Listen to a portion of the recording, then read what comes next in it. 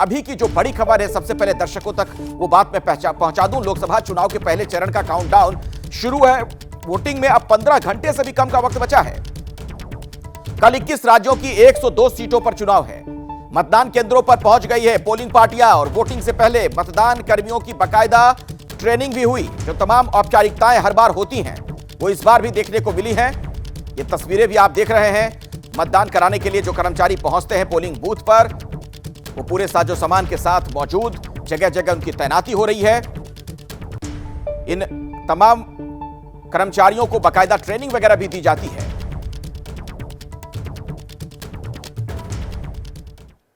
तो पहले चरण का जो ये मुकाबला होना है, किन मायनों में खास है, क्यों अहम है, वो मैं आपको बताता हूं आंकड़ों के जरिए। इसे जरा आप समझिए। 19 अप्रैल कल की तारीख, जहां पहले चरण का मतदान होना है, साल 2024 का जो लोकसभा चुनाव हो रहा है। 21 अलग अलग राज्यों में वोटिंग होनी है। कुल 102 सीटें हैं। 21 राज्यों में 102 लोकसभा की सीटें हैं।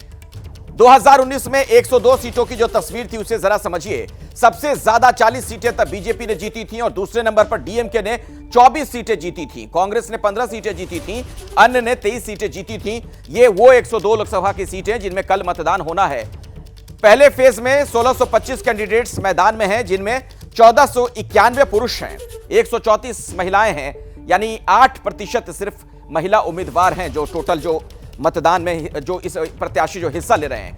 किस पार्टी के कितने उम्मीदवार वो भी मैं आपको बता देता हूं। बीएसपी के 86 उम्मीदवार, भारतीय जनता पार्टी के 77 उम्मीदवार, कांग्रेस के 56 उम्मीदवार, एआईएडीएमके के 36 उम्मीदवार इस रण में हैं और डीएमके के 22 उम्मीदवार हैं, जबकि टीएमसी के 5 प्रत्याशी हैं और आरजेडी की तरफ से इन 102 सीटों में 4 प्रत्याशी आरजेडी के भी हैं। मैं आइए सीधे आपको लिए चलता हूं। हमारे साथ अभिषेक उपाध्याय भी जुड़े हुए हैं। अभिषेक, तो तैयारियां पूरी हो चुकी होंगी, आप भी फील्ड में मौजूद हैं, देख रहे होंगे पोलिंग पार्टियां पहुंच गई हैं। मतदान केंद्रों पर किस तरह की चहल पहल या उससे पहले की क्या तैयारियां आप देख पा रहे हैं?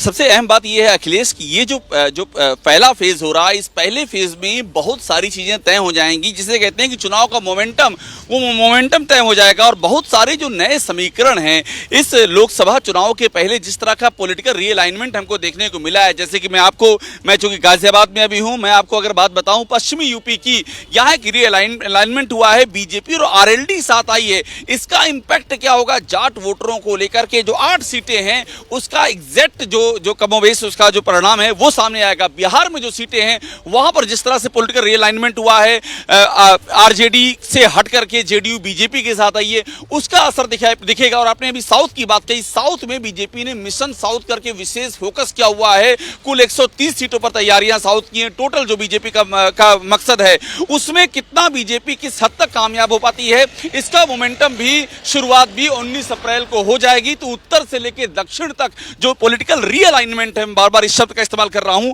उसकी पहली परीक्षा कल होने जा रही है। जैसे ही घड़ी का काटा दोपहर 2:30 पे आए, बबीता जी का दिल सास बहू साजिश के लिए मचल जाए। और ये है इनकी बहू, पूरे दिन ऑफिस की टेंशन हो जाए गॉन जब ये करें अपना फेवरेट शो फ्री टाइम पे ऑन। इनकी तरह आप भी देखिए अपना फेवरेट शो अपने टाइम पर और डाउनलोड कीजिए एबीपी लाइव ऐप अपने स्मार्ट टीवी पर।